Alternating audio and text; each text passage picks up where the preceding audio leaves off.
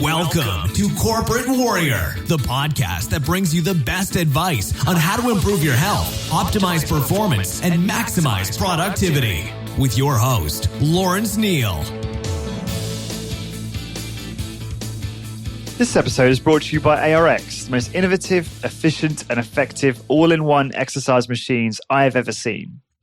I was really impressed with my ARX workout. The intensity and adaptive resistance was unlike anything I've ever experienced. I love how the machine enables you to increase the negative load to fatigue target muscles more quickly, and I love how the workouts are effortlessly quantified. The software tracks maximum force output, rate of work, total amount of work done, and more in front of you on screen, allowing you to compete with your previous performance to give you and your clients real-time motivation. The ARX uses a computer-controlled motor to give you the exact amount of resistance your clients need 100% of the time. This means that the resistance can never become dangerous, is intuitive and simple to use, and can provide you with all of the results you and your clients are looking for in a fraction of the time. ARX is highly effective and efficient in delivering all of the benefits of exercise, including increased strength, muscle mass, cardiovascular conditioning, bone mineral density, and injury recovery.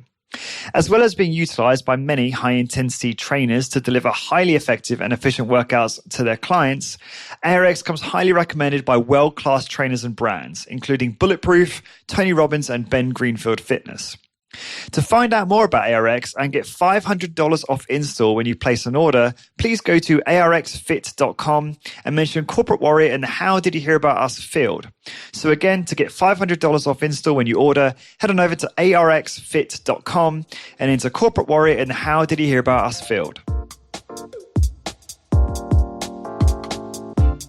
Hey guys, I am Lawrence Neal and welcome to another episode of Corporate Warrior, the podcast that shows you how to optimize your health and get the most out of your high-intensity training and start and grow your HIIT business. My former guests include the who's who in high-intensity training, like Dr. Doug McGuff, Drew Bay, and Jim Flanagan, successful high-intensity training entrepreneurs, researchers, and trainers like Luke Carson, Adam Sickerman, Mark Alexander, Dr. James Steele, and James Fisher, and many, many more. Before I announce today's guest, please consider checking out my Patreon page, which is patreon.com/corporate warrior.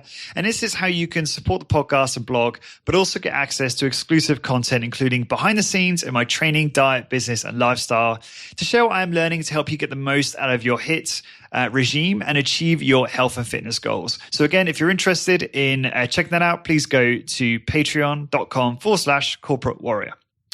Today's guest is Ivor Cummins. I'm very excited to bring you this episode today. Ivor is a former chemical engineer and has spent over 25 years in corporate technical leadership and management positions and was shortlisted in 2015 as one of the top 6 of 500 applicants for Irish Chartered Engineer of the Year. Ivor's focus and specialty is leading teams in complex problem-solving scenarios.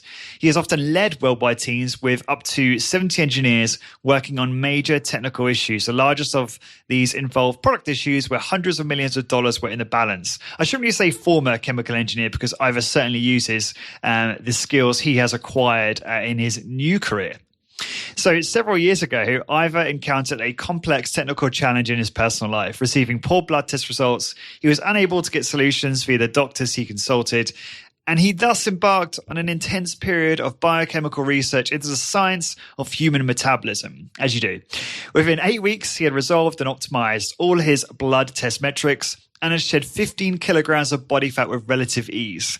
In the following years, he continued his research on the many root causes of modern disease, from cholesterol through to insulin resistance. And cholesterol being in quotes because you'll learn more about that soon. In order to help stem the tide of chronic disease in our modern population, he embarked on a personal mission to share the science and solutions. He began this process by giving corporate talks and releasing them on YouTube for the wider audience, which are excellent, by the way, and I highly recommend you check out Ivor's presentations on YouTube. He has since become a professional speaker of note, giving many public lectures and chairing interviews with worldwide health experts. Most notably, he was invited by the president of the British Association for Cardiovascular Prevention and Rehabilitation, that's BACPR, to give a keynote talk on heart disease root causes at their annual conference in London last October. So that would be October 2017, I believe. You can connect to Ivor over at his website, which is thefatemperor.com, which is basically a portal to everything he's involved in. So that's a good way to find his YouTube and videos and podcasts and social media and other content. I highly recommend you check out and buy Ivor Cummins' book that he co-authored with Dr. Gerber called Eat Rich, Live Long. I really, really enjoyed this book. It's an excellent review of some of the latest science and I guess a fairly thorough and rigorous review of the science around, what is causing metabolic syndrome and insulin resistance and how we can eat and live to mitigate that risk. And also add, there is an excellent category of recipes for kind of high fat, low carb meals, which is definitely one of the most easy to cook and enjoyable recipe lists I have seen in a book of this nature. And I've already made the cheese almond biscuits, I think they're called, which were amazing. And I'm looking forward to testing out more of the recipes. So highly recommend you guys check that out. That's Eat Rich, Live Long. So moving on to the podcast, this is a really, really fun conversation. I recorded this ages ago. I'm ashamed to say. I think I recorded this back in June or July 2018. We're now in October. And I just wanted to firstly say sorry to Ivor. Sorry for publishing this so late and sorry for keeping all of you eager listeners waiting. So the main focus of this episode is to dig into the diet and physiological science and mechanisms that drive many of today's health problems that we see everywhere, like insulin resistance and chronic disease. We cover the problems with science and interpreting data, an exploration into the causes of insulin resistance and the metabolic syndrome and what to do about it, the truth about calories in versus calories out, cheat days, the carnivore diet, high carb versus low carb, and much, much more. To get the show notes, please go to corporatewarrior.co/Ivor. And now I give you, without any further ado, Ivor Cummins.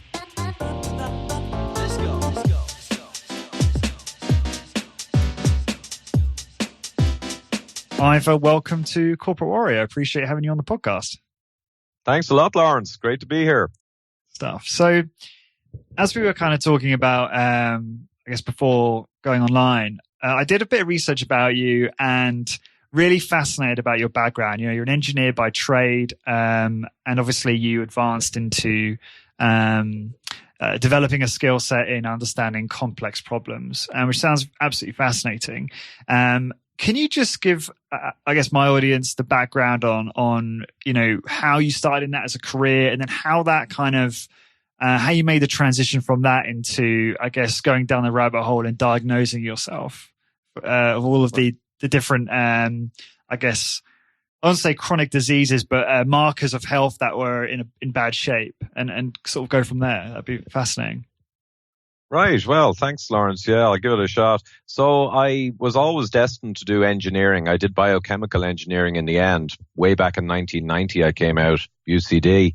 But when I went into the corporate world, I was working in process development with kidney dialysis units and all that kind of stuff, process optimization. But I very quickly found my groove in solving issues, complex issues within processes, within materials, within products, and basically resolving things very quickly and moving on. And as the years went by and I moved through many different roles, I kept getting promoted. I more and more led teams in doing that, and I became more and more structured. So using Kepner, Trago, and root cause diagrams and all the kind of more advanced tools of logic and physics to solve multi-factor issues. So I was very successful with that, and I stayed kind of my whole career doing it. The last 15 years, I moved into people management, but again, I stayed as a technical leader. And anytime there was a major worldwide issue or something really a problem for the business that was complex, I'd step out of my management role and lead that often and lead the teams. So that was kind of the history. Technical resolution was always my thing. I was kind of born for it, so to speak. So that was my corporate warrior, if you will, life for a few decades. But in 2012, I got some basic blood tests, nothing special. And a few of the measures, as you mentioned, were out of whack. Now, just for people listening, I was way out of whack on two of them. So I was super high in serum ferritin, which is an iron loading in the blood. And I was super high in GGT, which is a liver enzyme, gamma glutamyl transferase. And I didn't really know what these meant. I was also high in cholesterol, and I kind of knew that was a bad thing, right?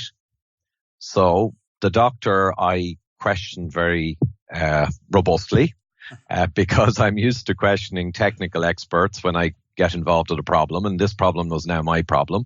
And the answers were very weak. So there was no clarity on what would cause these blood measures to be so high, and there was no real clarity on how dangerous they were or what they meant. So I was kind of stumped. Long story short, I went to 2 more doctors in the following weeks to demand, knowledge. And I similarly failed. I got very weak answers. So I realized, okay, here we have the experts clearly do not really have a grasp on these measures and what they mean. So I'm going to have to root cause it myself. And I did. I got logons to PubMed, ResearchGate, all the databases of the last 100 years of peer-reviewed published science.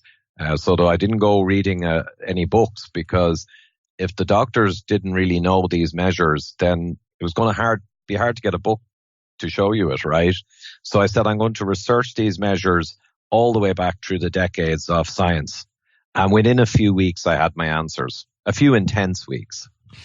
This is so interesting to me because, I've got, as part of this podcast and as part of my own journey in health and fitness and learning more, I've always found it quite challenging to dig into the literature because it can be incredibly intimidating, right? Especially if you don't have the skills to filter it and find what you want, and then also the ability to read it and make sense of it. And I've developed a little bit in that area, but did you already have the training to do all that? I mean, why is it that you went down that rabbit hole? A lot of people, even people like you who have that kind of obviously I'm assuming quite high IQ, good problem solving skills, would just accept it and move on. But what made you, so I guess that's like 3 questions there. So what made you go down that rabbit hole? And then how did you actually, how did you do it? How did you find what you needed?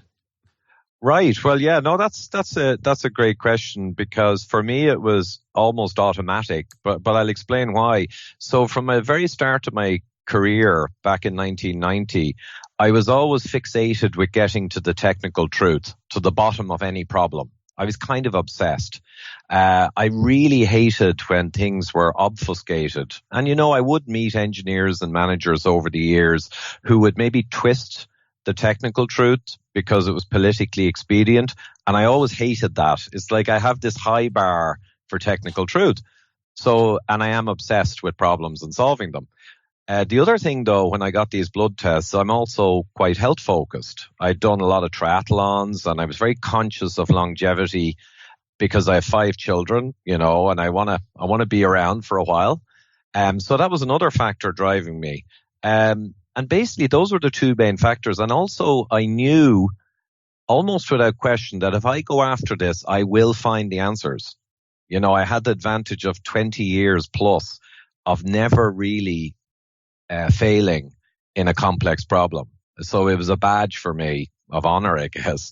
So all those things together just hit me when I had this difficulty with the 3 doctors in succession. I realized, okay, this is one for me. And the second part of the question is, now, as soon as I began to go in, I got logons to ResearchGate through my institution and PubMed, and also used other resources to get hold of any papers I needed. But when I went in, within a couple of days, it became very clear how serious these markers were. And that really fueled me. Okay. Because when I looked up GGT and found the actuarial tables, right, from the databases, I could see what a massive risk factor it was. It made cholesterol look like just nothing, like drinking water.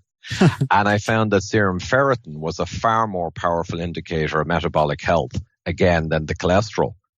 So within those first few days, seeing these actuarial graphs of mortality versus these measures, I realized, wow, those docs were not really clear on this. And these are massive risk factors, and no one knows about them. So I became hyper fueled then, obviously for my own safety, and my anger rose. Now, to the question of the capability, I think if you go into the literature, if you don't have a very strong experience in statistical inference, probability statistics, p-values, reading data and data tables, you're going to have a challenge. And if you don't have a very good grounding in biochemistry and the physics and all that aspect, you're going to have a challenge. And if you don't have a lot of history in kind of logic problem solving, like Kepner-Trago comparative analysis, and all these tools and pitfalls of correlation versus causation, you get a massive amount of that if you're working in what I've been working in for 20 years. And you basically, with all of that and a lot more, and the mathematical skills, I was always a grade A plus math student. With all of that together, you can rapidly navigate through the literature. If you're missing any chunks of that, or if you're missing a lot of what I mentioned, it's going to be very, very difficult, I reckon. Without being smarmy or smart about it, I was able to, in a few weeks, do what many people might spend a lot longer doing. This is the irony, isn't it? With, I watch a presentation you deliver, which is fantastic and very easy. You make it very easy for the layman to understand, but the problem with that type of format is it's still one step away from the data, from the raw data point, right? So it's people are always, if we were relying on experts like you who have done the homework, we'll always rely, and I'm not to say your interpretation isn't true, but we're always relying on an interpretation to an extent. I always find that's a bit of the conundrum of all of this. But then how can everyone be skilled enough to interpret studies and have all those skill sets you just mentioned? Yeah, well, that's a big challenge, Lawrence, for sure. And I try and meet that challenge to a point by giving different talks at different levels of detail. So one, for instance, I gave in the Physicians for Ancestral Health in Miami last year, goes into a lot of detail with data so people can see the data and more so make a call themselves. But then I've got to spend a lot of my time in talks at conferences reaching the masses, which means you need to bring it up a level. I tried to show enough data that people can see some data, and I explain why I'm interpreting it this way. But it's a challenge. The book myself and Dr. Gerber just published in March is an effort to give a kind of comprehensive view of the whole field of health and longevity, so people can read the book. And as the book progresses, it gets more and more in depth with the science. And if people want to judge themselves, there's plenty in there to judge. But I suppose our main focus now is trying to get to the masses to decode all this complexity and to give them a template to succeed in weight loss, achieving longevity and health and avoiding chronic disease. And I guess if some people say, well, you haven't shown me all the data, we might just have to say, well, that's a bit tough, but we've got a lot of people we need to reach. Yeah, and I guess people can always read the book, and I'm sure you've got citations in there, and then they can go and look at the data. I mean, that's the best way to probably go, We have over 300 citations, and they're all throughout the book. So people can go and look up the papers, and they're going to find there exactly what we're saying. So what's going on for you now then? So you had this background, and from what I understand, you were kind of you still had your career in engineering, but you were doing this stuff on the side. It looked like from where I'm standing on, just watching you on YouTube, it looked like it was a passion project, in terms of delivering these, speaking on all these different health conferences and things. So were you doing both in tandem? Have you transitioned over to just doing this stuff now full time? Like, can you update us on that? Yeah, well, I'm actually essentially full-time now since January because the company moved on in Ireland, where I've been for many years. But the timing was quite good. Now, arguably, some of my colleagues in the management team might say I wasn't 100% all the time focused on my job in the last couple of years. I was juggling, and I was working nights, weekends in this sphere. And at a lot of conferences, as you saw. And I was juggling really my career and this passion. But now I'm pretty much full-time, but that's been enabled by Irish Heart Disease Awareness, ihda.ie. And that is a charity set up by David Bobbitt, one of Ireland's kind of wealthiest and most successful entrepreneurs. So he owns and runs a $700 million business. So he's got a lot of resources. And he, like me, discovered a lot of what we're talking about back in 2012. In his case, he discovered it all through a calcium scan. It's $100 in the States. It's a 5-minute scan, and it's the ultimate measurement for heart disease. It makes a joke of the risk factors like blood pressure, cholesterol. So he was super fit, super slim, running 4 times a week, incredibly health focused, and all his executive medicals declared him to be bulletproof. So he had a 4% Framingham risk, the risk for heart disease next 10 years. And the doc said he was incredible. Top 5%, 10% of men for his age. One calcium scan and he finds out he's the worst 1% for heart disease in his age bracket with 3 blocked arteries and maybe a 50 to 70% chance of a major heart event or death in the following 10 years. Unbelievable. So I know that's a mouthful, but it's important background because David discovered me from one of my seminars on YouTube, the Cholesterol Conundrum, and he came to support me in getting the message out. A, on the calcification scan, which is the most incredible scan to tell you your true heart health, and B, on the solutions, low carb fasting, intermittent fasting, stress training, magnesium, vitamin D, and just all of these multi-factors that can fix heart disease if you have it or avoid getting it if you don't yet have it. So that's enabled me to go full-time, is that support. So I'm guessing based on his lifestyle that you were explaining just there, was he still eating a lot of refined foods and vegetable oils and things like that? Was that the thing that was the main problem? Absolutely. So he only learned 6 months after the scan as he researched it personally. He handed over his business for 6 months, traveled all around the world, went on an odyssey, discovered that he was a diabetic type 2, which they'd never diagnosed. So they'd only done fasting glucose and A1Cs, and he looked fine because he was exercising so much, never showed up. Turned out that his blood glucose was hitting 30 plus millimoles after meals. So he was hugely diabetic, and that's what destroyed his arteries. But so he's undiagnosed. They never had used his calcium scan, which drove him crazy. And now he finds out they never diagnosed his diabetes, which was on its way to killing him. But yes, he had been eating a high carb diet, food pyramid, wasn't too careful with any of the refined carbs because he believed that fat was the problem. So he knew he was on a low-fat diet. He knew he was running 4 times a week. He knew his executive medicals were coming up, slapping him on the back. So he felt, I am doing everything right. And he found out afterwards, he carved himself into diabetes, essentially. That's so fascinating. So did he, I know this is a highly subjective thing to ask about, but does he feel better now that he made the change? Or did he feel great before but had no idea he was at risk of heart disease?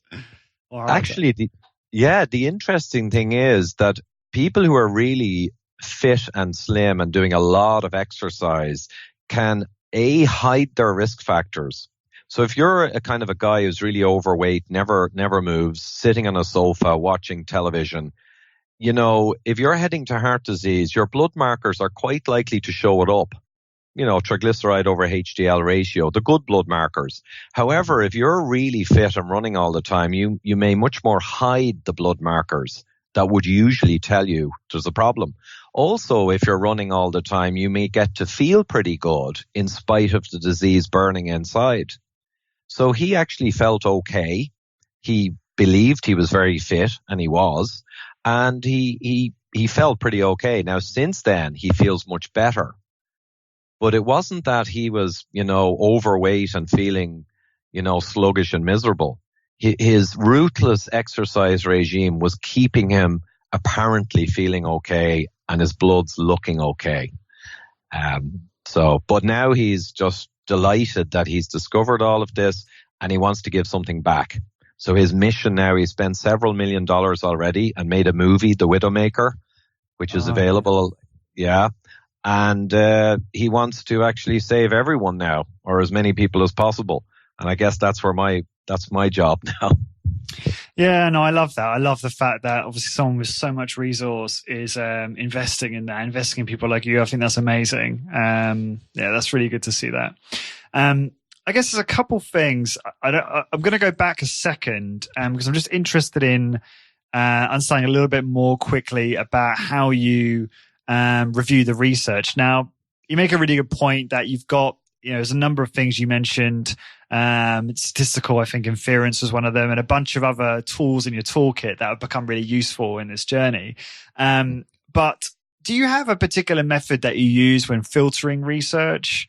Because there's so much out there, right? I mean, I remember you talking about you were looking at research on cholesterol, and it was something like 58 million articles or something like that.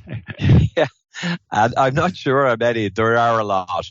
Well, from the very first days, the important thing is to go very quickly to the actual data in the report. And if you can interpret data because you have the skill, you can see in the data tables and the significance and the effect sizes and the mathematics, you can see what's important and what's not.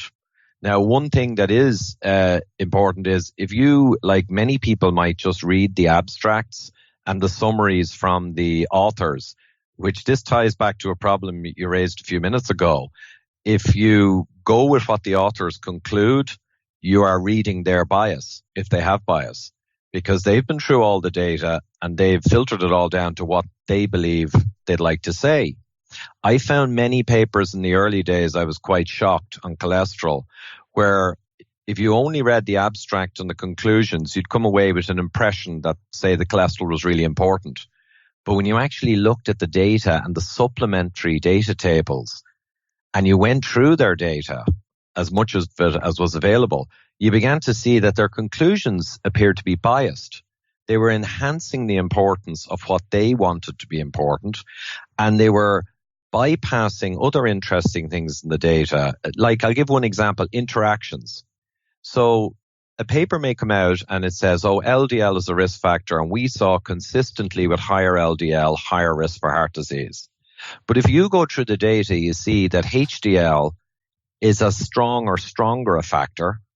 And if you assess the data and look up more papers to get more data, you begin to find out that when HDL is high, the LDL is no longer really a multiplier for risk.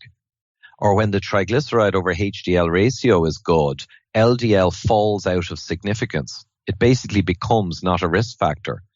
And that is so hugely important. I discovered that very early, because in engineering and problem solving, you must look at many, many factors, and you must understand which ones are only interactional factors, as in they correlate with the problem, but just because they interact with a much more important thing, and which ones really are genuine risk factors because they speak to the mechanisms of the disease itself.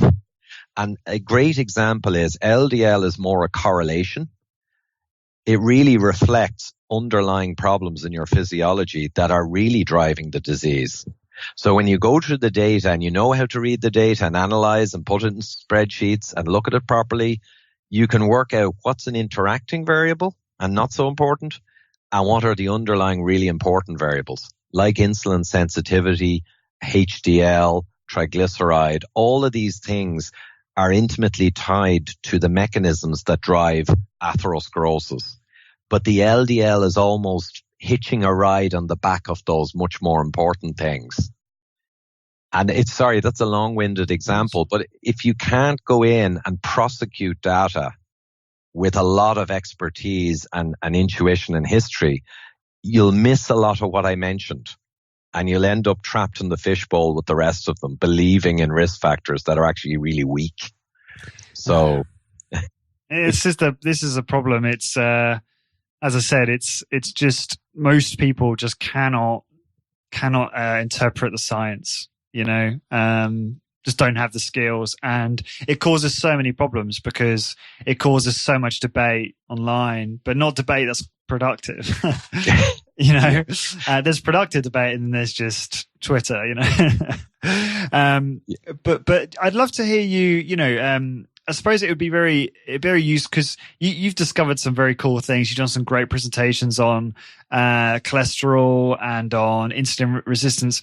Insulin resistance and things like that. And I'd love to hear, because I'm sure the audience are like, well, cholesterol is bad, like high cholesterol is bad. Can we dig into that? Can you explain what your thoughts were about cholesterol in the beginning, and then what you discovered, and actually what cholesterol means for us now, and how we should be thinking about it? Right. Well, yes, indeed. So cholesterol at the beginning for me was just a problematic thing. Cholesterol is bad for you. I knew that my whole life. Just like I knew fat was bad, I knew it my whole life, basically, the last 40 something years. But when I investigated, I found out that I hadn't realized cholesterol was vital for all life. Every cell in your body, with some exceptions, can make cholesterol. Cholesterol in your brain is only a few % of your body's weight, but it carries around 25% of your body's cholesterol. So your brain is full of fat and cholesterol. So I was finding out, I didn't go and just look at cholesterol and heart disease. I'm an obsessive, so I went and looked all about cholesterol. And I found the lipoproteins, that it's not bad and good cholesterol, that these are actually lipoproteins, macromolecules like spheres that hold cholesterol and triglyceride together. And that your whole cholesterol, LDL, the bad cholesterol, is low density lipoprotein, and HDL is high. They contain cholesterol molecules, but they're basically lipoproteins. They're complex shipping, like cargo vessels. And I found out that, hey, these cargo vessels, HDL and LDL, they deliver triglyceride for energy all around your body. And the cholesterol they carry is almost a secondary role. So the lipoproteins are what's really important. And the cholesterol molecule is vital for life, and it's simply carried in them. And when they do the cholesterol test, they smash up all the lipoproteins, the LDL, shall we say, and they get the total amount of cholesterol, which means very little, right?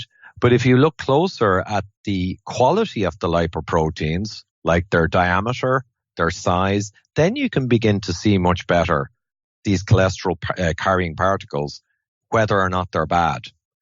But that advanced testing is rarely done, to be quite honest. The whole world still depends on the classic smashing up the lipoproteins and just measuring the cholesterol. So anyway, I'm probably rambling a bit, but cholesterol is crucial for life. It's fundamental to life. The measurements they do only have a very loose, weak relationship with your health.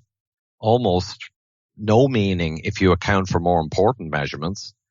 And the advanced tests, which are better, unfortunately also those advanced lipoprotein tests that count the particles and measure the diameter, you're still indirectly using cholesterol measurements to get an understanding about more important processes. So I'll give an example now. I'll stop for a moment to give an example. So if you have a high lipoprotein LDL count, LDLP or ApoB, right? That's the count of your particles.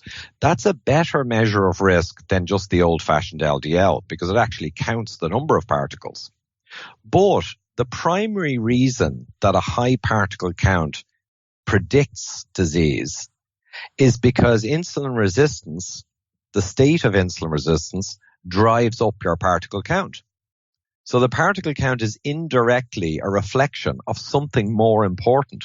And we have the data on this. Many, many studies.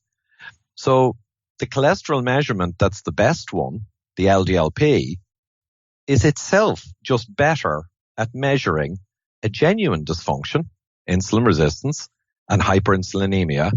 It's still not really about the cholesterol, And I think this is like the battle battle that basically. It's kind of a proxy. Now, the people who love cholesterol, and they're 99% of people in this field, love cholesterol as cause. And it has some causal nature. It interacts with the atherosclerosis process. And the cholesterol does end up getting into the plaque in the arteries. But what they're missing, I think, is a root cause analysis where you say, what are the dominant drivers of this atherosclerosis? And if you look at all the data, cholesterol becomes a much, much lower down the rungs ladder. And it's way behind the really important drivers. And that's the killer with cholesterol. Most of the world believes cholesterol's the primary driver. And the fact is, it's a very, very much secondary, tertiary, quaternary, down way at the end of the line of what you've got to focus on kind of driver. And that's again, changing that though is a huge effort because there's a massive business built on cholesterol and there's the reputations of just about damn near everyone who's talked as a professional in this sphere for 40 years has all backed cholesterol. You're talking about an enormous ship that we've got to change the vector or the direction on. And as you can imagine, it's going to be a 10-year battle. 20 years. Yeah. So all these people, all these businesses invested in it, in terms of the cholesterol management, drugs, statins, things like that. And then you've got all the medical professionals who've got so much skin in the game, so much invested in their own beliefs, right? So it's a huge problem. And even just if people are interested, I don't like getting dragged into the whole cholesterol lowering drug stuff. I do on Twitter for fun, but I don't like to focus too much on it because I think there's evidence that cholesterol lowering drugs lower cholesterol and they also lower inflammation. They can stabilize the plaque a little, so they have some positive effects. I think it's more and more being accepted for people who've already had a heart attack with advanced disease. They have a stabilizing effect. They have side effects too. So it's a personal decision for everyone with their doc on what way they want to go. But it's not really the cholesterol lowering. So we have several papers now and got the data from them that indicate whether or not you get less chance of a further heart attack due to the drug. It does not correlate or link to the amount your cholesterol lowered by the drug. But it does link to lowering in serum ferritin and lowering in CRP. So there's quite a bit of evidence that even the cholesterol lowering drugs, the cholesterol lowering is kind of a byproduct of the mechanism by which they work. I mean, sure, lowering the particles if they're oxidized or damaged, there's a little bit of an effect. But really the key point is there's more important mechanisms than cholesterol, and that's where we need to move to.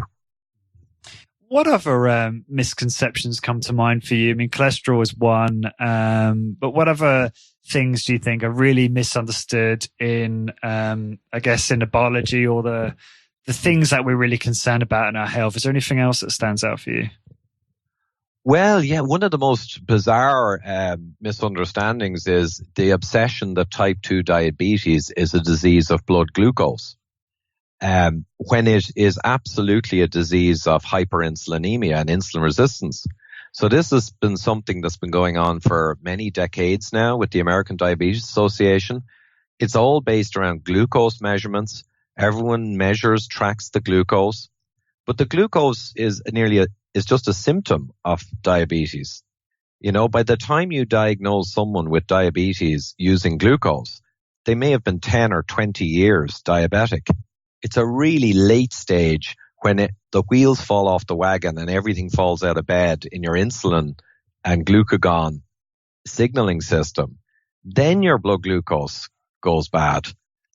But there's this huge perception it's all about blood glucose, whereas everyone should be measuring insulin. If you're worried about diabetes, you should be measuring your insulin after a meal, to get it earlier. And insulin should be measured throughout the diabetes world. And it really, there's this obsession with glucose. So I think that's a major problem. And we need to switch the whole world really towards not just the calcification scan, which will actually give you the answer on whether you have heart disease or not in one quick scan, but start looking more and more at basic insulin tests to earlier catch people and say, hey, your blood glucose is 5.2, looks fine. But you know what? Your insulin after a glucose load is like 80 and it should be below 30. Your fasting insulin is 11 and it should be below 5 and preferably 2 or 3. And show them the graphs that show that they're on the road to disease and show them sooner, So anyway, that's one thing that annoys me. Yeah, that's really interesting. So, because diabetes is such a scary word, and based on one of your presentations and based on what you were saying there, it sounds like there's a lot of type 2 diabetic people walking around undiagnosed, basically. Yeah, I met with a researcher the other day in UCD in Dublin, would you believe? And I had used in my talks the figures from the Menke paper 2015, where they had measured across America, and they concluded that over half of adult Americans are pre-diabetic or diabetic. Now, myself and Dr. Gerber would say if you measured their insulin, you'd probably find out 65% of adult Americans are diabetic. But this guy the other day was able to give me the CDC, the Center for Disease Control in the States, the authority on all data coming from NHANES. You know, this is a big authority, the biggest authority. And in their figures, I didn't realize they're now upping those estimates. So rough and tough, if you look at the age brackets, male and female, I have to do the calculations, but around 65% above 40 years of age are pre-diabetic or diabetic. And that means diabetic. Pre-diabetic, diabetic is just fooling people. So if the new estimates from CDC are 2/3 are essentially diabetic, and with insulin measurements, you probably pick up another bunch. So maybe 75%. Think of what that means. Just stop for a moment and say, 3/4 of my population now share a single dysfunction. That's beyond epidemic. That's insane. How can you look for other causes of disease when a recent publication I have, 67 out of 70 papers that they looked at in a meta-analysis that looked at hyperinsulinemia across a range of diseases from cardiac disease, cancers, arthritis, sleep apnea, a whole range of diseases. 67 out of the 70 papers, hyperinsulin showed up in the people who had the disease versus those who did not. And this team that published this said, guys, hyperinsulinemia and the metabolic syndrome is just huge. It's much bigger than you think. So 75% of your population, adult population, is essentially diabetic, which is hyperinsulinemic. And nearly every paper that measured hyperinsulin sees it tracking up with all the modern diseases. And add in a load of other data, and I still have to pinch myself, Lawrence, 5 years into this, when I'm talking, I'm actually amazing myself again at how crazy it is. It is just insane. It's insane. It is. And it's just something in the back of my mind is, I get a lot of my listeners will send me alternative viewpoints. Obviously, you've got this big debate going on constantly about calories in, calories out versus all the different dietary protocols out there. And it gets very, very confusing. But I don't know. I listen to you. I listen to Ted. I listen to Jason Fung. Yes, I don't go into the science like you guys do because I just find it incredibly challenging, to be quite frank and honest. And I am one of those people that understands a little bit, but does rely on people like you to help me understand more. And it just seems so like you can't argue with the importance of food types and foodstuffs and the way the hormonal signaling that goes on when we consume these different things and how calories really are pretty unimportant in my view. And I've gone back and forth, the listeners of this podcast will be like, oh no, here he goes again. But I've gone through a phase where I thought maybe it's just about the calories. And the more I learn, the more it doesn't really seem to make sense to me. So what do you say to that, the people that might come to you and say, well, this issue regarding hyperinsulinemia and insulin resistance is down to people eating too much? Yes. So this ECO, or calories in, calories out, one of the reasons it's tricky is because everyone is biased, and we have 50 years of bias now. And of course, the Coke companies and the junk food manufacturers have continuously funded the calories model because it was in their corporate interest. You've got to blame the calories, and you must keep the camera and the spotlight off the bad foods. And that's an imperative, and I understand it. If I was working in there, I'd be doing the same probably. I hate to admit it. You have to. It's business. It's profit.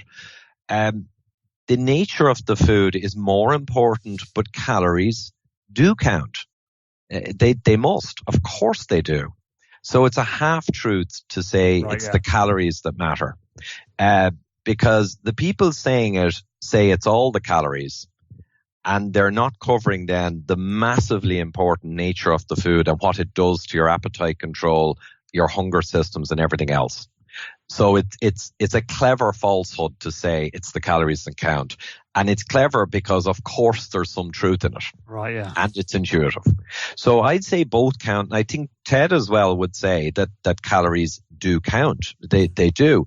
If you eat a good diet and you're an absolute glutton and you keep eating and eating more than your fill, you will put on weight. That's evolution. But the question is, what foods can you eat that allow you to control your appetite and naturally lose weight and manage your hunger?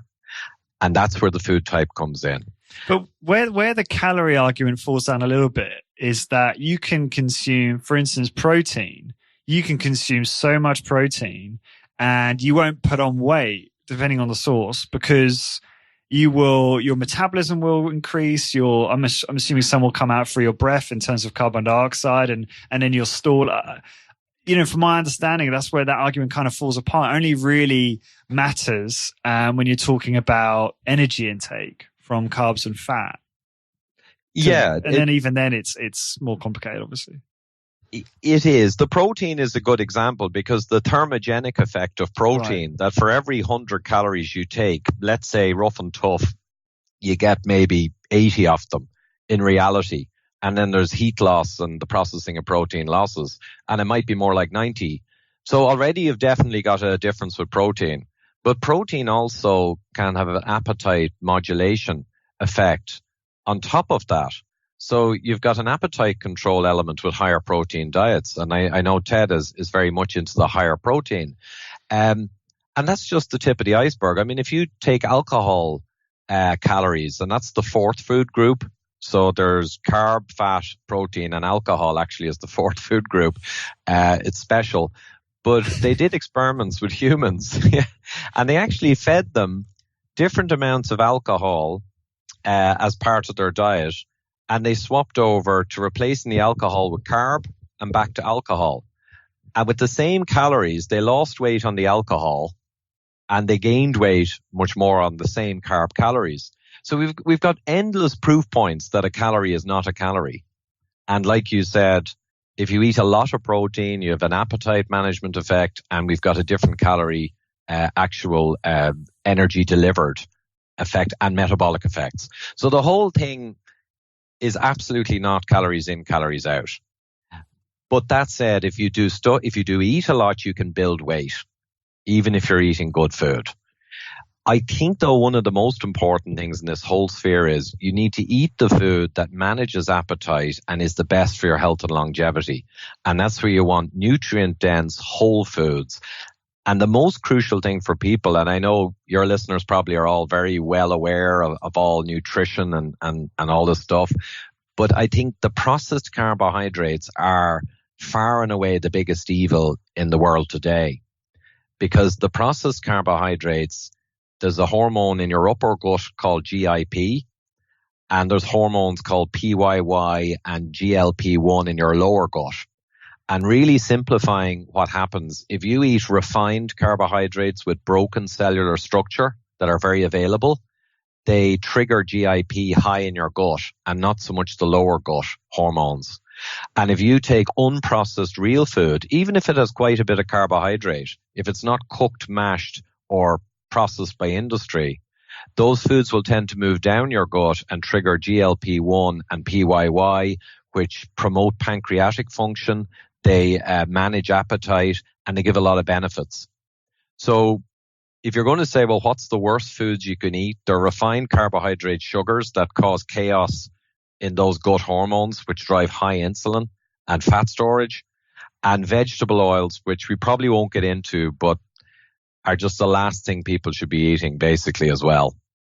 What are your thoughts on, I remember you touched on one of your presentations about how if someone is insulin sensitive and in a good place, that they may have I'm guessing, more tolerance for the occasional donut or occasional treat. You know, I've certainly been known to indulge from time to time, even though 80% of the time I'm eating what I consider to be a pretty healthy diet, you know, fairly high protein, large amount of, I guess, meat and eggs and vegetables and things like that. However, you know, what do you think? Is there a lot of more downside than we think of having, say, a cheat day or the odd treat? How do you think about stuff like that? Yeah, well, that's a tricky one. Everyone has to manage it for themselves, I guess. So I would not be too hardcore, because I believe in, well, the Pareto principle that, you know, 20% of what you can do can give you 80% of the result. So to be honest, if you're eating really well most of the time, you know, occasionally going off the wagon is not going to cause a massive health effect. Now, there are some arguments that I remember Mike Eads did a blog post on this, that if you are on a healthy low carb diet, it means when you do eat a very carby, sugary kind of cheat, your blood glucose will rise quite high in the following hours, because your insulin will stay low, because your body is basically not tuned up to take in a lot of glucose. So your blood glucose will rocket pretty high for a while. That's not ideal. But again, I think if occasionally once a week or two, you get a particularly high blood glucose for an hour or two, it's not going to make any manifest difference to your health, really. Let's be honest. So that's one thing. Another argument against it, and I'm inclined to agree with, is if you cheat now and then eating sugary junk, you're keeping alive your desire for such things. So it's a bit, you could take the analogy of smoking. If you cut smoking and you're off completely, you might be off cigarettes forever and you forget about them. But if you take a cigarette maybe on a Saturday night, you know, where does that go? I don't know if you've ever smoked, but I know where it goes years ago. You're gone. You know, once you start thinking you can take the odd one, it keeps the addiction alive. It keeps the hit alive. Each person has to decide for themselves, really.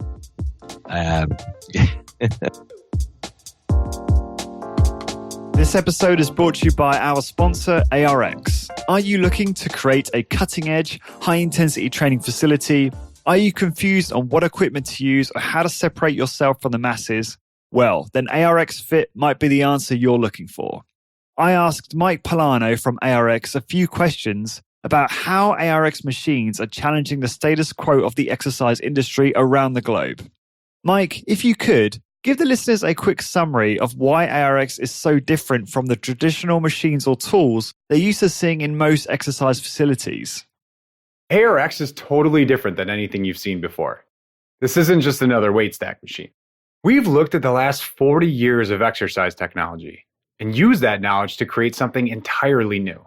ARX uses a new form of resistance, a motor, and we pair that motor with computer software so that we can maximize the safety, effectiveness, and efficiency of your workouts. So you may be asking, okay, but how does ARX compare to weights? Traditional machines you see in gyms today are based on lifting metal weights and battling gravity. What people don't realize is that when you're forced to lift a static weight like this, one that doesn't adapt or change while you use it, you're underloading yourself rep after rep. And this unnecessarily limits your ability to make improvements. With ARX, we've taken a totally different approach. We removed weights and gravity from the equation altogether. Instead, ARX combines our patented motorized resistance with our custom computer software to provide you with the world's safest, most effective, and most quantified form of resistance training ever. When you train with ARX, you are training to your perfect level of resistance, both positively and negatively 100% of the time. No more guessing what weight to use. ARX does all of that for you, instantly and automatically. We'll also track and measure every second of every rep, so you can quantify all of your workouts to find out if you're improving and by exactly how much. Whether your goals are bigger muscles, increased strength, stronger bones, or just to look good in a bathing suit, ARX can help you achieve all of these and more, but do so in a fraction of the time it would take compared to traditional equipment. If you're looking for the most efficient, most effective, and most quantified piece of exercise equipment on the market today, then look no further than ARX. Thanks, Mike. That all sounds really impressive. If you'd like to learn more about ARX, visit arxfit.com and mention that you heard about ARX on the Corporate Warrior podcast to receive an exclusive deal of $500 off shipping and installation off your ARX machines.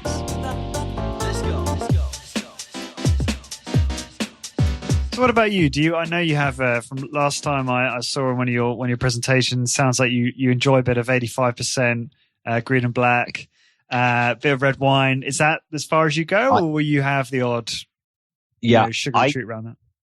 Yeah, I hardly even consider that cheating.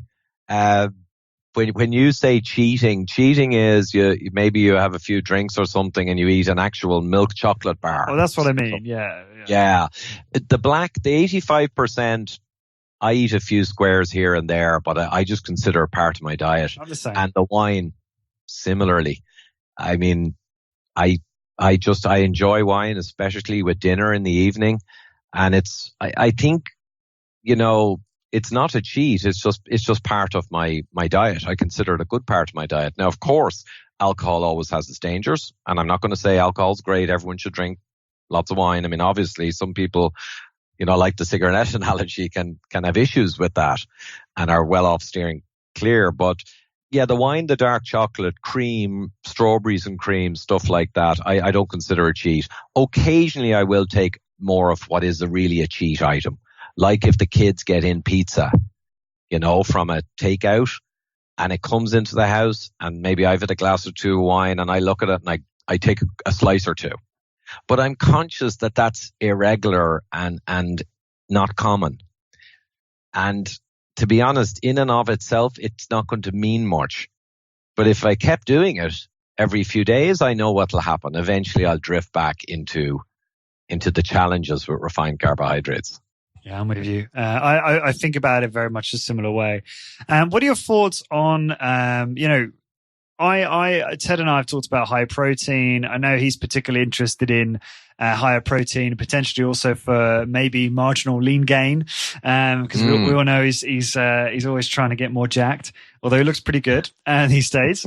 And I read this. Obviously, we've got this big carnivore diet movement going on at the moment. I've had Sean Baker on the podcast 3 times. I was pretty ahead of the curve on that one. It's got some good SEO juice from that. But I'm curious. I read an article from Mark Sisson recently about his thoughts on the carnivore diet, and I thought it was very good. And one of the things he mentioned is you probably want to be careful with. I can't remember the exact sentence now, but he said about, is it methionine levels or something? Methionine, yes. That's right. About how you should probably introduce things like collagen and bone broths into that mix. Do you have a view on that, whether there's any risks to, I guess, a high or kind of carnivore, exclusive carnivore type approach to eating? Yeah, that one is definitely, you were ahead of the curve. It's getting much bigger now on Twitter and elsewhere, and we have we have semi-celebrities as well talking about it, and significant. What's it? Peterson, Jordan Peterson, his daughter, right, Michaela. Yeah. So, and I didn't mean semi there. I know there's people in the low carb movement moving that way, and then there's kind of notable public figures. I think the methionine, I've never been entirely convinced by that, to be quite honest. I know it was held up as the poster child for too much meat possibly causing issues. I was never convinced of that, and it's been a long while since I've even looked at the data. What type of issues are we talking about? Well, the suggestion was, high protein diets, maybe stomach cancer, high protein diets, kind of cancer in general, or mTOR pathway, right, overexcited. And Ron Rosedale, who I have huge respect for, was riffing about this last year. And the other guy on the West Coast who did the fasting diet, his name escapes me, University of California, Longo. Yes. He's got a plant-based vegan mTOR riff going, that you should take plant protein. And in fairness, he's low carb. And then Rosedale was, no, animal protein's fine, but keep your protein down to quite low levels because of mTOR. And I noticed Ron has dropped, I haven't heard him talk about this in the last year, Ted and I'm inclined to agree. I'm not convinced at all by the higher protein causing mTOR issues. And we wrote about it extensively in the book in one of the chapters and explained that, look, mTOR is like a central processor. There's two complexes, complex 1 and 2. But mTOR is, it is true, driven by a amino acids protein, this mTOR mammalian target rapamycin. And it is an aging type thing if you continuously chronically drive the mTOR pathways. That's true. But insulin also and hyperinsulinemia can drive mTOR. And many growth factors and IGF-1 interact with mTOR. So when you say, well, look, because protein is the macronutrient that has a kind of a dotted line straight to mTOR, let's be afraid of it. And I'd say, no.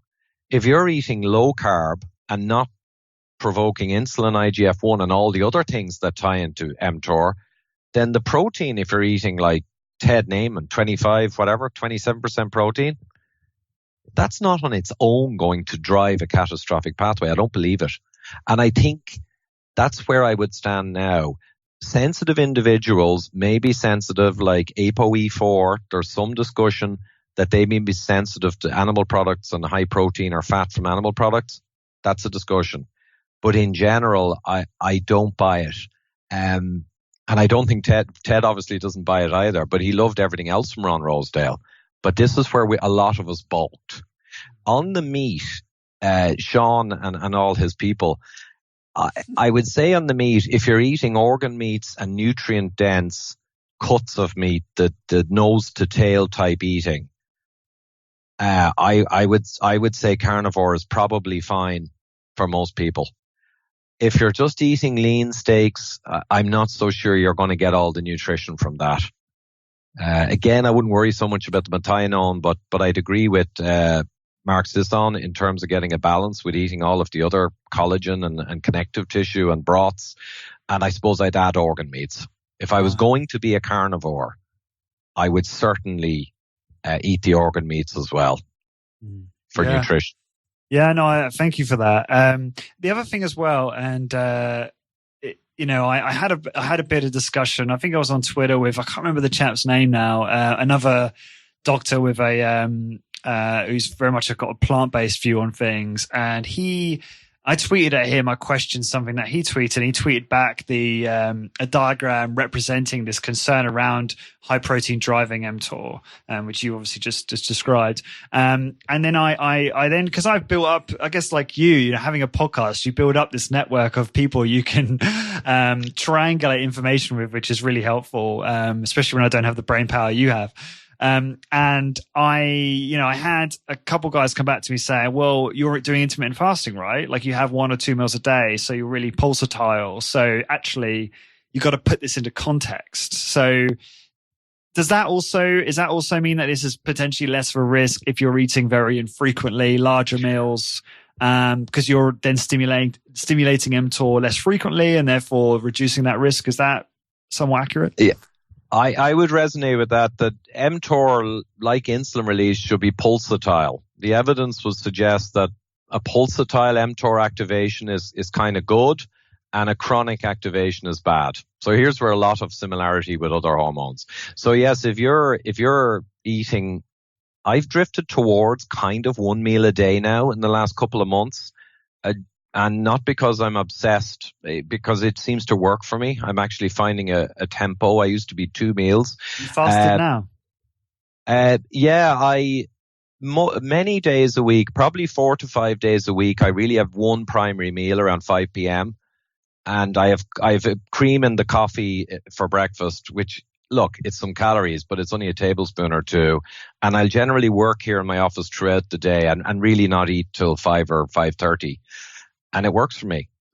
But sorry, I digress about intermittent fasting. So if you're intermittent fasting and low carbohydrate and nutrient dense foods and all these things are happening in your physiology, then simply having a bit more protein as a percentage, I would say, disappears into the noise. And no one has any data on people eating a proper low carb with intermittent fasting and all the levers moved in the right direction. And those people also at the same time eat substantial protein.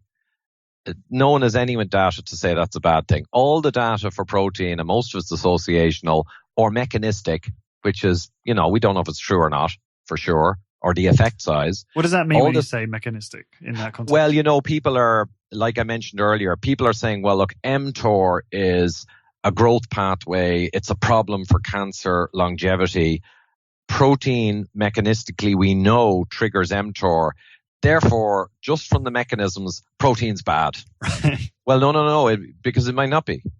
You've just said mechanistically, you're not wrong to say these things connect to each other, but show me the effect size. Show me some data that actually shows that a high-ish protein in a person, like you said, with all the other factors right, has any effect, and they don't have anything. So it's just a hypothesis at this point, really.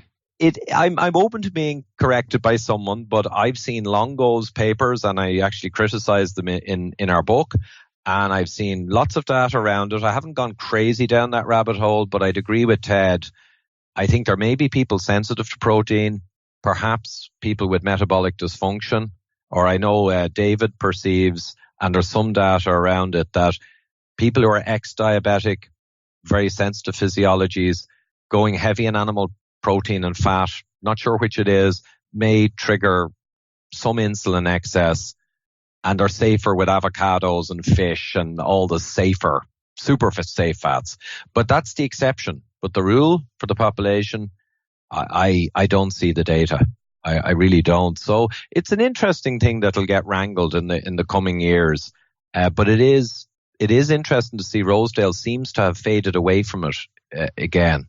And I think if people could watch one talk, Professor Ben Bikman, and if you look up Benjamin Bikman, Breckenridge, it's free on Low Carb Down Under, his talk on exactly this. And he shows something that just resonated with me so powerfully. He showed that your insulin to glucagon ratio is very important. You want insulin to glucagon low. So glucagon is the yin to insulin's yang. So when you're eating too much, you have a lot of insulin and very little glucagon. When you're fasting, insulin goes down and glucagon rises to create gluconeogenesis, burn fat, make some sugar for your fasted body. But for health, you want insulin low relative to glucagon.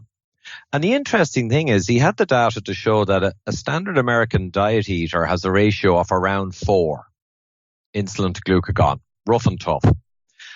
But a low carber has a ratio around 1 point something, which is better. But then came the really interesting thing. If you take a standard American diet eater with a ratio of 4 and you give them excess protein, the ratio goes up to around 70. Wow. It's massive. And if you do the same with a low carb person, it hardly moves at all. So I think that lecture by Ben was really filled a part of the puzzle for me, that it all depends on the context.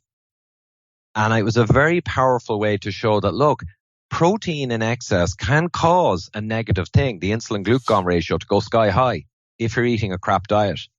But hey, look, it doesn't even move the dial if you're eating a good diet. Come on, guys. I think that's a great lecture to watch. I'm definitely going to watch that. You've sold it to me. So let's play devil's advocate for a second, because I've got a bunch of listeners who are high carb advocates, or just think it's all about the calories. And I know a couple of people actually who eat a relatively high carbohydrate diet, and it's interesting, like, having obviously spoken to you and seen you speaking about the also the calcium scan, like that's obviously incredibly insidious, and one can be healthy or healthy, I put in quotes, in lots of other ways, but this can be kind of simmering under the surface.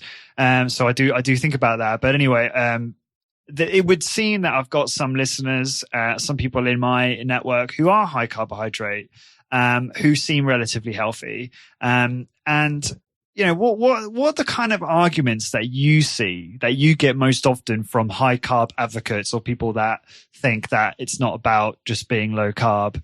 What kind of arguments do you see, and how do you address those? Yeah, so the main arguments are probably the whole blue zone thing. Right. Where there's areas in the world where people were on the high carb end and they didn't get diabetes, they didn't get obese. And the Catavans were the poster child as well. They're around 70% carbohydrate, roughly, and 30% fat or something like that. And I think that the low carb approach, a big driver for it is that the modern population is already broken. So if we start from there and say the primary reason we would go with low carb is the appetite control, right, advantages that it brings. That's why it works for many people. Okay.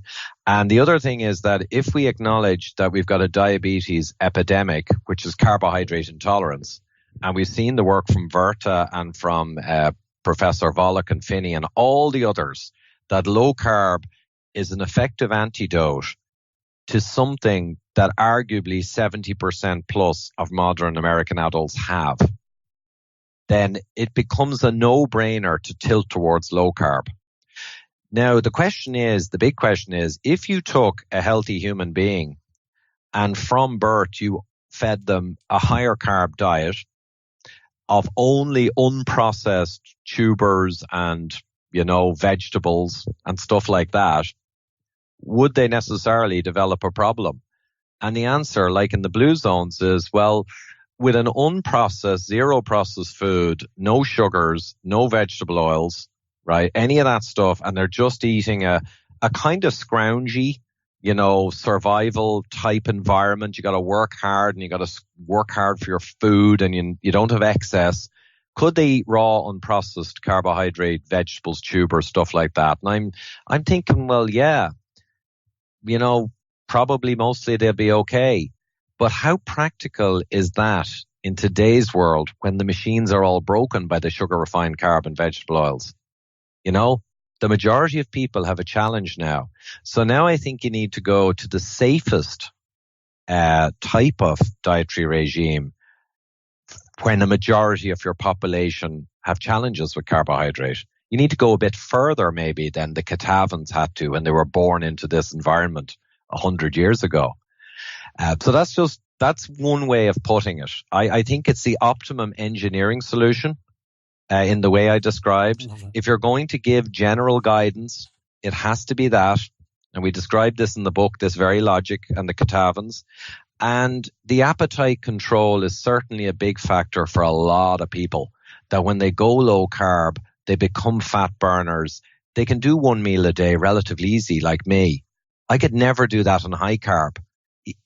It's also hard to eat very healthy high carb foods nowadays.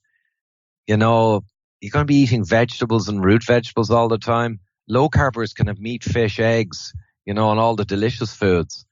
So for adherence and for enjoyment of life, low carb wins there as well, I think.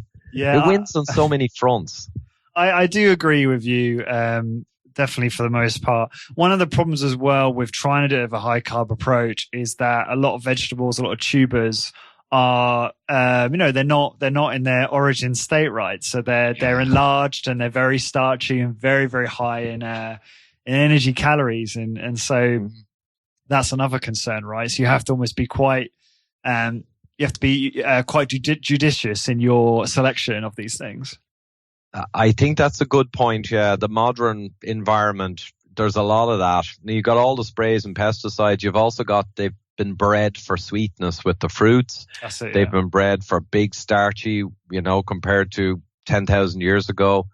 If people think in Northern Europe, 7 or 8 months of the year, right, the last 50,000 years where we evolved through, carbohydrates, you're going to get some a couple of months of the year. That's about it. You're going to... Sorry, go on. Well, you're going to have very little access. So we obviously thrived on a lower carb, higher fat for most of the year. And now it's still something you can thrive on and really enjoy. Whereas, like you say, the higher carbon, you're sifting through the supermarket looking for the vegetables, tubers and all. I just don't see the driving force. Why would you feel driven to do it? I don't know.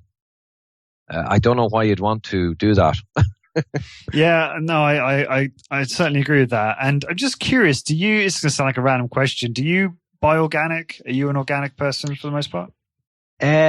We do generally buy organic where possible. Particularly my wife Eilish is quite focused on that and is quite not chemophobic, but certainly doesn't want any of these modern sprays, pesticides, doesn't want any of that stuff coming in with the kids and all. We can't quantify how bad it is. We don't know. She is mistrusting. I'd probably not be too fussy because I think I can handle a little bit. But we do buy organic, generally speaking. But if I wanted a particular thing and there wasn't an organic one there, I'd take the risk. And I'm assuming, I asked you that because I'm assuming you've probably looked at some of the literature around that.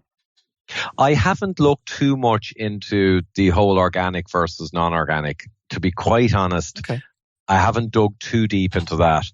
I would say, and we say in the book, buy the organic, buy the grass-fed for sure, buy real food that's not been adulterated. Sometimes it's hard to get organic everything. Actually, maybe I could do better on that front. Yeah, it's not. Yeah. It's quite. I think it's far more ubiquitous now and accessible, even in Ireland. I was going to ask you: are you familiar with Dively's Butchers in Galway? Galway. It's been a while since I've been there. No, it's because you've got Pat Dively, the quite famous health icon in Ireland. And Galway. I think more so Galway. He's probably more. I knew the name all right, but I was just thinking of the premises. It's his brother's Butchers in Galway, and it's. In fact, I was there 2 hours ago, picking up my week's worth of meat to store in the freezer, and it's great because I love going and just seeing what cuts are on offer, and it's always different. And it's very well known in Galway. Lots of people travel from all over to get their meat there. It's located in this little place called Westside, and it's really weird because Westside is I'd say it's a relatively poor area. It's got a lot of, I guess, fairly cheap housing and that around. I sound almost, I don't know how to say that without sounding like I'm an arrogant twat or something. But I don't know how else to describe it. It's just, that's the kind of area. And I don't live that far from there, to be honest. Anyway, so I'm there today and, it's funny. I asked the owners recently, I said, is your meat all grass fed, most of the year or whatever? And they were like, yeah. And then a couple of weeks later, I noticed they changed all the labels to say grass fed, right? Which I thought was quite fun. And yeah, it's, I just brought that up because I wonder whether that was a spot that you'd been to, but Well, yeah, the grass fed Ireland, luckily, and I often explain this to the US folks, we happen to be grass fed as a default because that's what works and it's economical, but it's fantastic. I mean, the price, it's only €4 for a kilogram of ground beef. That's 20% fat. That's grass-fed beef, which is incredibly cheap. In a supermarket, you would pay that, would you? In the Tesco supermarket with an Irish farmer photoed on the front, you see the farm, the way they do it. And it's €10 for a kilogram of premium lean, low-fat mince. The really healthy stuff, right? Which I would view as not healthy, too high in protein, too low in fat, right? And right beside it, for €4 a kilogram, 900 grams, I think, or 2 pounds, €4 is the high fat from the same animals. It's high fat though, so it's unhealthy, so it's only €4. And they're incredible prices. My brother-in-law yesterday in Wilson's Butchers in Rathfarnham is a bit like Dively's there in Rathfarnham. Wilson's have all their own farms. And they have all the meats and it's in the family for generations. But he got a huge cut of brisket there, which we smoked yesterday for 4 hours in the smoker in my back garden. And I mean, this lump of meat, it was probably 4 or 5 pounds of meat for €7.80, like €8, $9. Yeah. An enormous slab of meat. And it's grass fed. Yeah, it's incredibly cheap here compared to what it is in the US. I mean, the US is insane. I was in Chicago in March and in Whole Foods, and yeah, the price point for grass-fed meat was so high. And I can see why it's quite cost prohibitive for a lot of people to subside just off grass-fed. But yeah, I mean, Divali's down the road, obviously they are a premium provider of meat, so it's more expensive than supermarket, but it's still, you know, I bought 4 pounds of ground meat in there, and that varied between €4.50, so that's what, $6-7, to €5.50 for a pound, which is more per pound obviously than what you compared to what you said, but this is a butcher's versus a supermarket, so. In fairness, yeah, and right. You know, it's not fair to compare in a way. I mean, like Wilson's would probably be similar, but you're getting the top cuts from their own farms, and it's a huge premium service, and that's very fair. But they also have other cuts, like we said, the brisket, and there was another one for smoking. I think it was very low in cost, a huge pork fillet thing. So you can go and find, and the organ meats in Ireland are dirt cheap, and they're full of the nutrients you really need, like kidneys and liver. Those things are practically free. I just bought some. I'm not very experienced. I'm still learning how to cook all this stuff. I'm trying to be really efficient with it. So doing like bulk cooking in the oven, because I don't care to get all fancy. I'm not that fussy. I just want to be efficient, right? Cook it all and I'll eat half it cold. I don't really care. But after reading Mark's article yesterday, Mark Sisson this is, he mentioned that, you know, if you wanted to optimize this type of diet, and just a caveat, then listeners will probably know that I'm not 100% carnivore. I'm like 70, 80%, and I eat vegetables, and I do eat sweet potatoes, things like that, and dark chocolate. But yeah, so I read his article, and he was saying if you want to optimize a carnivore diet, you probably want to throw some organ meats in there, throw some liver in there, probably various vitamins and minerals, which I can't remember off the top of my head. I'm sure you probably know. So I bought some liver, and I'm a little bit intimidated about cooking it, but I'm sure I'll just do a Google search or find a YouTube video somewhere, and I'll be off to the races. Yeah, I'm sure, Lawrence. And I'm not mad crazy about liver either, but what we do sometimes is put it into bolognese sauce or meat sauces, finely chopped, put it into a meat dish, and the kids and all get the nutrition without even knowing. And another way, if you want to get your liver, pate. I mean, I like pate. So it's a way of getting the benefit of liver without really eating the liver if you're not crazy about it. So pates, as you know, there's so many different types. Pick one you like, and, you know, it's delicious. But I must send you down our book, actually, Eat Rich, Live Long, because we have a professional chef who did 50 recipes in it, Ryan Turner. And there's one really nice liver one in there which even I like, and I'm not crazy about eating liver, the flavor, you know. Oh, I love that, and I'm excited to read it. I appreciate it. I guess a couple final questions before we wrap up. I'd like to also just get your view on, what else, going back to the high carb argument for a second, kind of just to summarize what you were saying there. It sounds like, it can be done, clearly. There's evidence that if you're avoiding the processed foods and the bad oils and junk food, that you can probably do quite well on it. It's just, I guess you and I would agree that it's just quite difficult to do in the modern world for various reasons, versus maybe a low carb approach. Do you get any other arguments from I perhaps should have come better prepared and come to you with questions from the high carb group, but are there any other points that come to mind from that? Lawrence, there is another one I forgot to mention, of course, is the whole Pritikin rice diet and the sugary diets that helped with diabetes and heart disease. And one other one worth mentioning, I think Denise Minger did a piece on this about ultra low fat. And basically an ultra low fat diet, which is very high carb, can achieve insulin sensitivity through some pretty arcane mechanisms. If the fat in the diet goes really, really low, you can actually get success in a proportion of people, even people who have challenges with diabetic type physiology, with an ultra low fat, ultra high carb diet. And Peter Dobrowskov, I can never pronounce it, of Hyperlipid, If you Google hyperlipid, low fat once more, those words will get you his post on why. But it's pretty complex stuff. Very low fat coming into the dietary or into the system with very high carb and with calories not too high.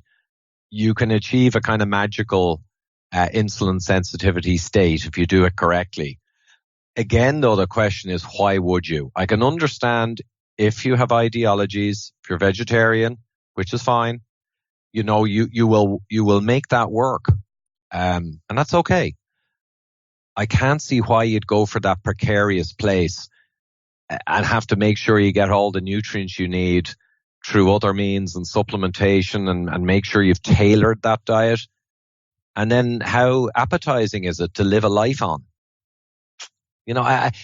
I can see it can work. Unprocessed carbohydrate diets with a lot of nutrient density put in can work. Is it a practical engineering solution to give to a modern world where the majority of people have challenges with weight and diabetic physiology? I would say no. I do not want to, like often in engineering, there are different solutions to a problem. You can change the plastic supplier coming in that you make your parts out of, or you can change the temperatures and pressures on the line to accommodate challenging plastics. There are many different ways, but you always go with the best engineering solution that is the lowest cost, highest effectiveness. So inherently, I always go, what's the optimum? What is the optimum solution here that's practical and will work best for most people by the principles? And it just comes back to low carb all the time. And if you go to dietdoctor.com in Sweden, Andreas Einfeld, biggest low carb site in the world, just look through their recipes. Just look at the food like. It's endless, delicious food, nutrient dense. Whereas go the other route with high carb, you're picking your way through. And to be honest, I don't think it's that appetizing anyway, generally. No, I appreciate that. And it's just good to get a bit of a more of a balanced discussion about that way of doing things. And because it's nice to hear that you're saying, yes, it can work, but from a compliance and enjoyment point of view, it may not be that ideal. And I appreciate that. Last one then. What about your views on low fat? I guess you've spoken a little bit to that there. Me and Ted have spoken about how actually if you want to get really, really lean, if you're just looking at, trying to get really good body composition, and actually low carb, low fat, high protein is the way to go. What are your thoughts around low fat? Maybe not in the context of optimizing body composition, but just generally in health span and kind of long-term compliance to a diet.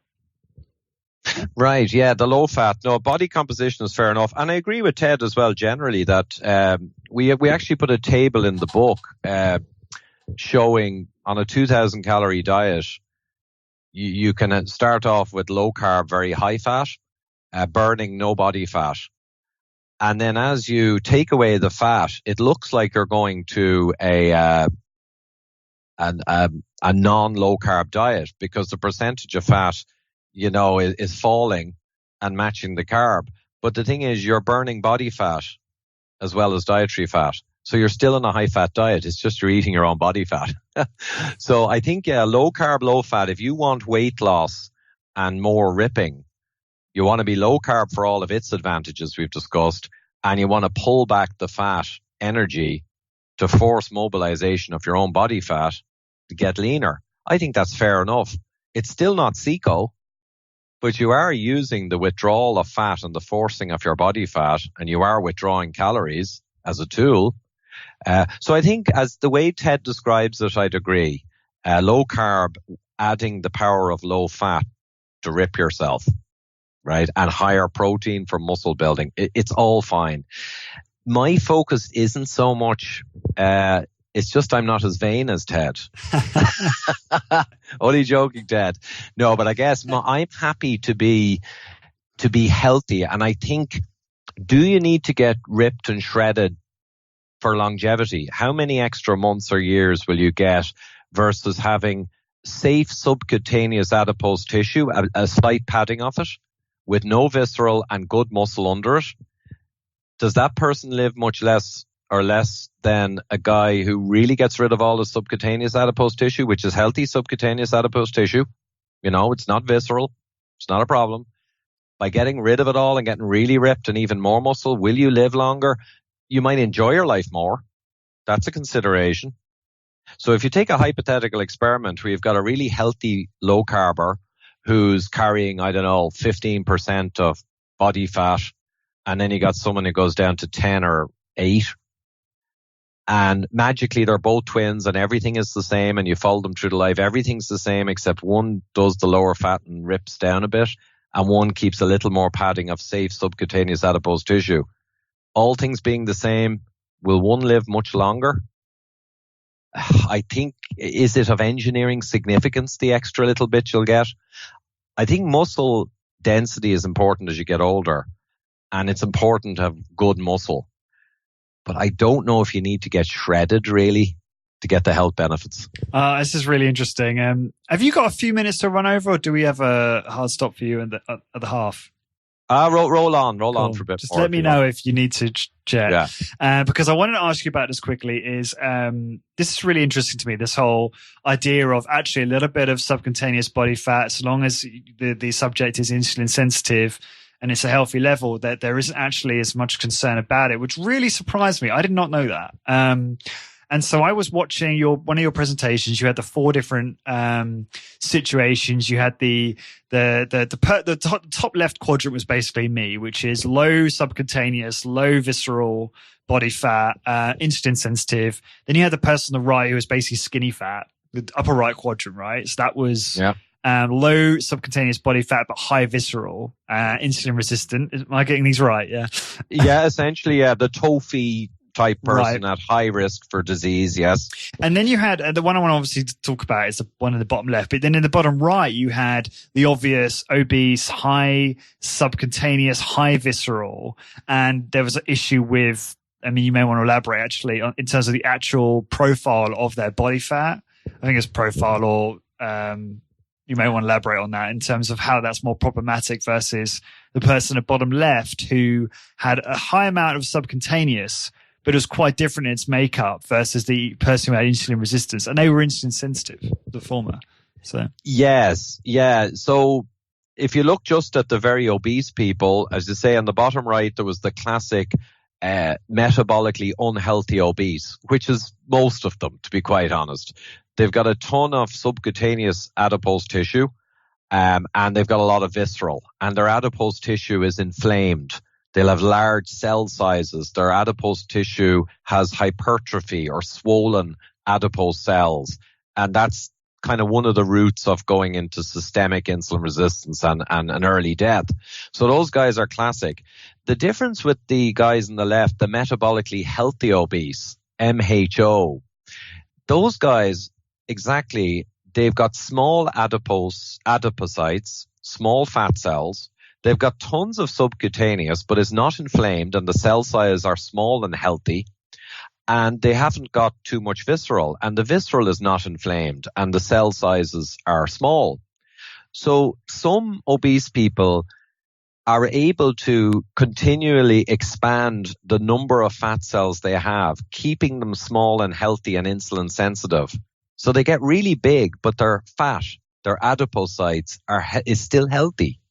And those guys genuinely are low risk. They are metabolically healthy obese. Now, some people would say those guys over time will be of more risk than a guy like you who's slim with healthy fat tissue. That's true, because they won't last forever healthy. They will tend towards getting insulin resistant and problems with time. But the fact remains, in their mid-40s in that study, all of their metabolic health is pretty damn good, even though they were 45 BMI.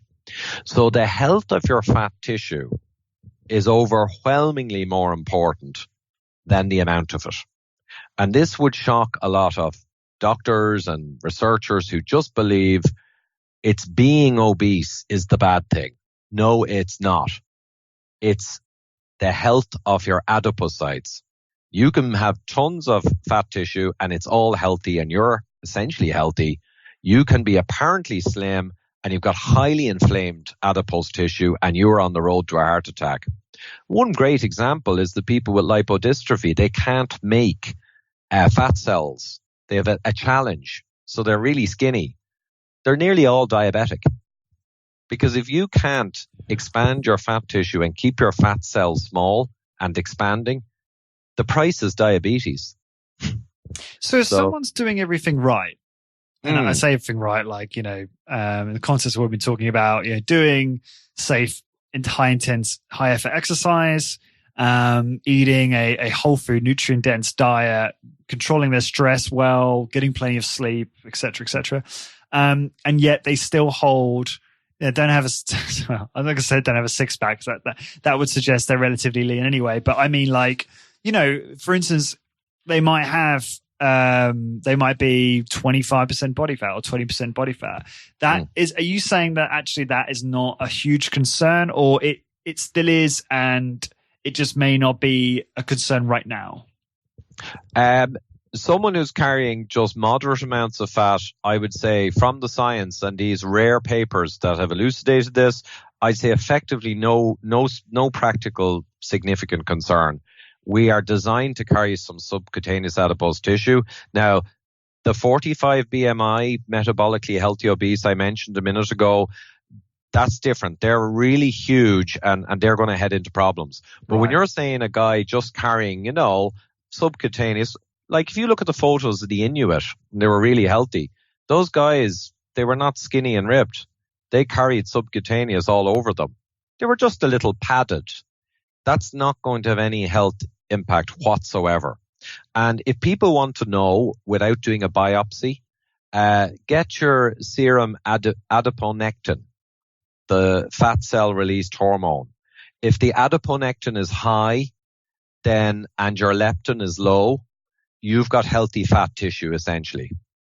Now, in the study I was talking about there, they found that the insulin sensitivity and the glucose clearance rates, which is the best measure of health of all, they could predict those for all the different big guys in that study with only two measures.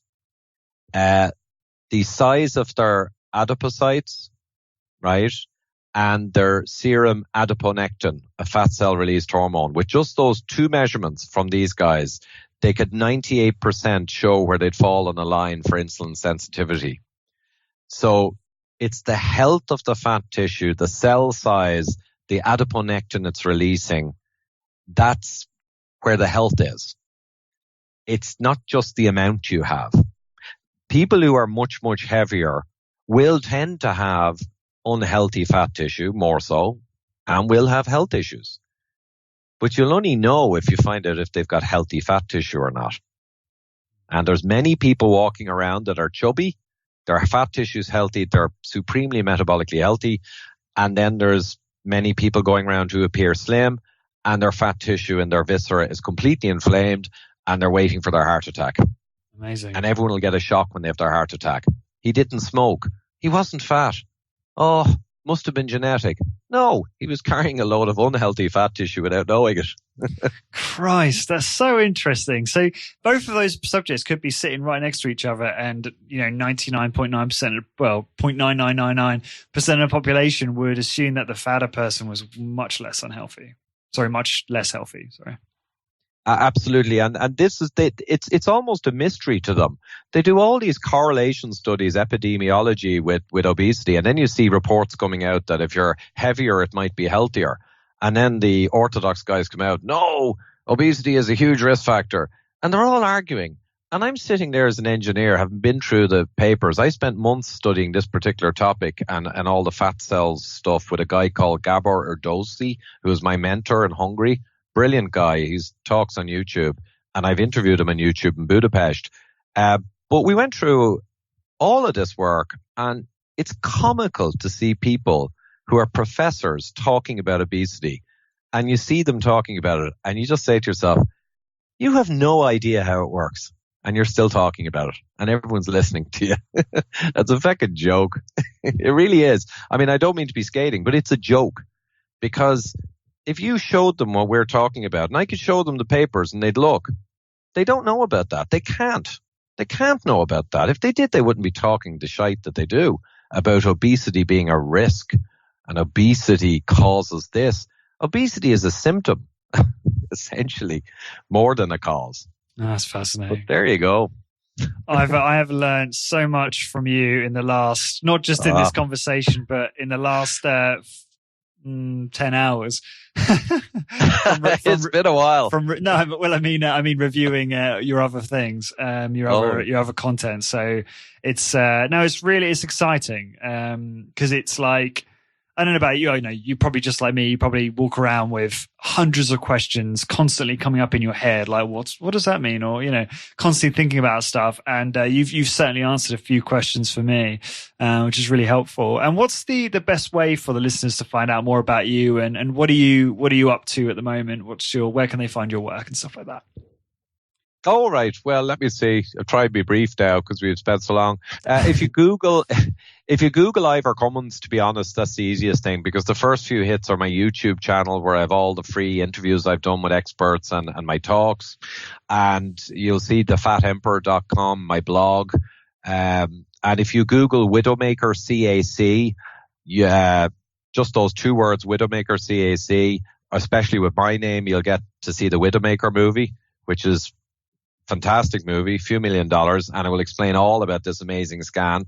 And they're probably the main. And Eat Rich, Live Long. If you just Google that, you're going to hit the Amazon links for UK.com, and it's available in all the stores in the US and Canada and Costco and blah, blah, blah. So they're kind of the links. What will I be doing in the next couple of months? A lot of travel. I'm going to Zurich next week to a conference with Swiss Re around.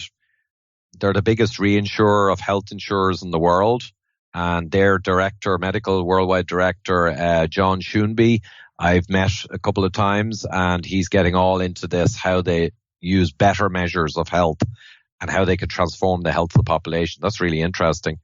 Then I'm going to KetoCon in Texas, Keto Fest in North Carolina, the Ancestral Health I'm speaking at in Montana, and Low Carb San Diego. And now I'm going on and on. A lot of travel. That's the main stuff the next few months. Good for you, though. It's so awesome to see. And clearly, it sounds like you've made a massive transition in your career. You're doing something that's totally different now, right? It is and it isn't, right? Oh, it mainly is, though, because the public exposure and all the public speaking and promoting the book, and then trying to go out on behalf of David Bobbitt and IHDA, and actually, he has a very high expectation of me to let people know there's a test that can save them by letting them know they have a problem, and then explain what all the solutions are. And they're not really cholesterol. There are many other things that we've talked about. So it's an interesting brief to have for the next couple of years to do this. I think you're really well positioned because you're a funny guy as well. I think that's important. And you're good at you're very you're good at simplifying a lot of this stuff. And I think those two things are actually really important. I mean, obviously you're clearly a very good engineer, and you're able to kind of like understand a lot of these problems and come up with solutions. But I think it's that trifecta which is important, which I think is what makes you good at this stuff. So no, I think I'm excited for you. I think it's going to be pretty big year, or big future. So good stuff. Yeah. So sorry, go on. Yeah. Oh no, thanks a lot, Lawrence. Thanks for that vote of confidence. I'll do what I can regardless. I'll always push as hard as I can. But no, thanks for that. We'll see what happens. And yourself too. You're just relocated in Galway, and you're operating all of your business out of there. That's right. Yeah, that's right. So the Corporate Warrior podcast is all about high intensity training, and I guess an offshoot of that is nutrition and stress and lifestyle, hence why we're having this conversation. And then the other side of it is helping people with high intensity training businesses, so strength training businesses. So very, very niche, but it's good to be niche. So oh yeah, especially when you know your stuff, right? And to all the listeners, to find the blog post for this episode, please go to corporatewarrior.co/Ivor. That's IVOR. And for all episodes, please go to corporatewarrior.co/podcast. And until next time, guys, thank you very much for listening. I hope you enjoyed that. Before you head off, head on over to corporatewarrior.co/ebook to get a bunch of goodies, including number 1, a free ebook of podcast transcripts with some of my top guests like Dr. Doug McGuff, Drew Bay, and Bill Simone on how to optimize muscle gain, fat loss, and overall health in an efficient, effective, and sustainable way. Number 2, a free high-intensity training business checklist to help you get more clients in your business. And number 3, a free high-intensity training Google Sheet to help you track and improve your training progress. Head on over to corporatewarrior.co/ebook now and enter your email address for instant access. This episode is brought to you by ARX, the most innovative, efficient, and effective all-in-one exercise machines I have ever seen. I was really impressed with my ARX workout. The intensity and adaptive resistance was unlike anything I've ever experienced. I love how the machine enables you to increase the negative load to fatigue target muscles more quickly, and I love how the workouts are effortlessly quantified. The software tracks maximum force output, rate of work, total amount of work done, and more in front of you on screen, allowing you to compete with your previous performance to give you and your clients real-time motivation. The ARX uses a computer-controlled motor to give you the exact amount of resistance your clients need 100% of the time. This means that the resistance can never become dangerous, is intuitive and simple to use, and can provide you with all of the results you and your clients are looking for in a fraction of the time. ARX is highly effective and efficient in delivering all of the benefits of exercise, including increased strength, muscle mass, cardiovascular conditioning, bone mineral density, and injury recovery. As well as being utilized by many high-intensity trainers to deliver highly effective and efficient workouts to their clients, ARX comes highly recommended by world-class trainers and brands, including Bulletproof, Tony Robbins, and Ben Greenfield Fitness. To find out more about ARX and get $500 off install when you place an order, please go to arxfit.com and mention Corporate Warrior in the How Did You Hear About Us field. So again, to get $500 off install when you order, head on over to arxfit.com and enter Corporate Warrior in the How Did You Hear About Us field.